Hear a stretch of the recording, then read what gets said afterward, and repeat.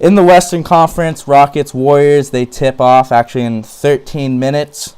Game 1 is tonight. Who do you have in the series? I mean, to go against the Warriors, I feel like is blasphemy at this point in time. Even though we all hate it, the Warriors are still the best team. The Rockets had the best record, but Steph was hurt, KD was hurt, Clay was hurt. Everyone was hurt at one point in time on this Warriors team. And they still got out 58 wins and were still like an historic offense this season.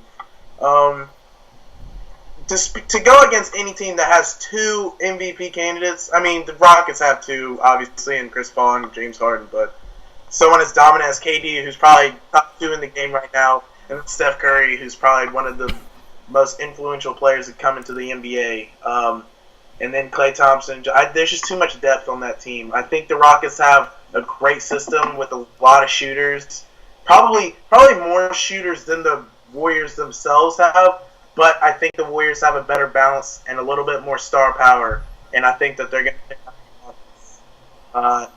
I'm gonna go and this one 6-7, but I'm feeling like it's gonna be 6. 6 games, Warriors.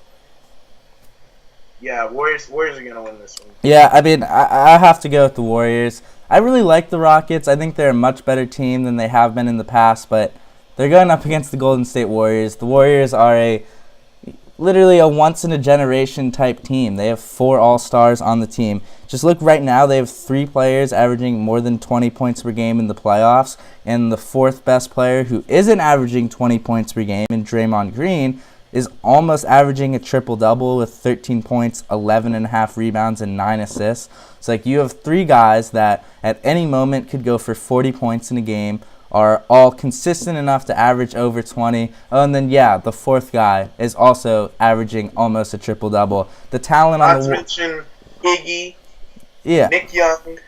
There's just too much depth on this team. I mean, the Rockets, they've got Eric Gordon can space the floor. He's proven that he's a great player off the bench. He's honestly a starter caliber player. He's an all-star caliber player in the league, but he's coming off the bench for this team.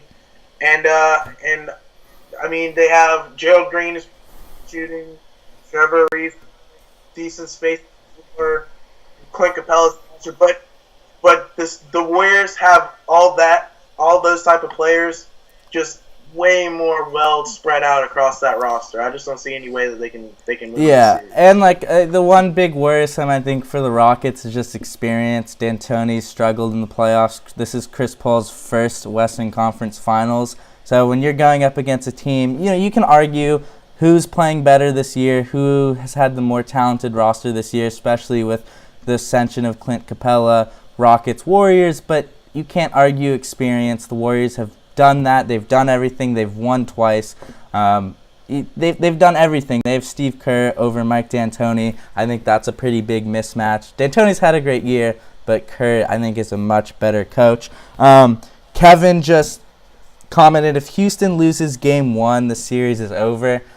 I don't know if I would go that far because they could still win Game 2, and then you're going back to Oakland. It's 1-1.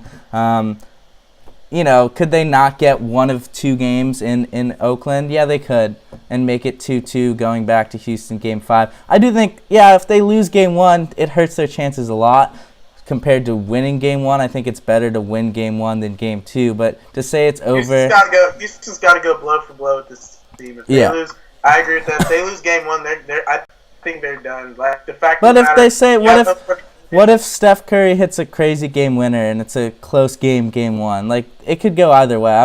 They get blown out in Game 1, yes, I'm worried. If it's a close game, comes down to... Think about that. This season, you've come so far. You've increased your win totals. Your player finally is an MVP. You finally got that other guy to help your other player. You do everything right, and then Curry just hits a game winner. Like, even in that scenario, it's so demoralizing. Like, it would just... I feel like if they lose Game 1, we could be looking at a 4-1 gentleman's sweep, honestly, if they lose Game 1. I think the Rockets have to go blow for blow with this team if they want to stay in. Yeah, I think... And the fact of the matter is, the Rockets' best player in James Harden versus... James Harden and Chris Paul versus the Warriors' best players in Kevin Durant and Steph Curry. the Rockets don't have a guy like Kevin Durant who can take over a game on both sides of the floor.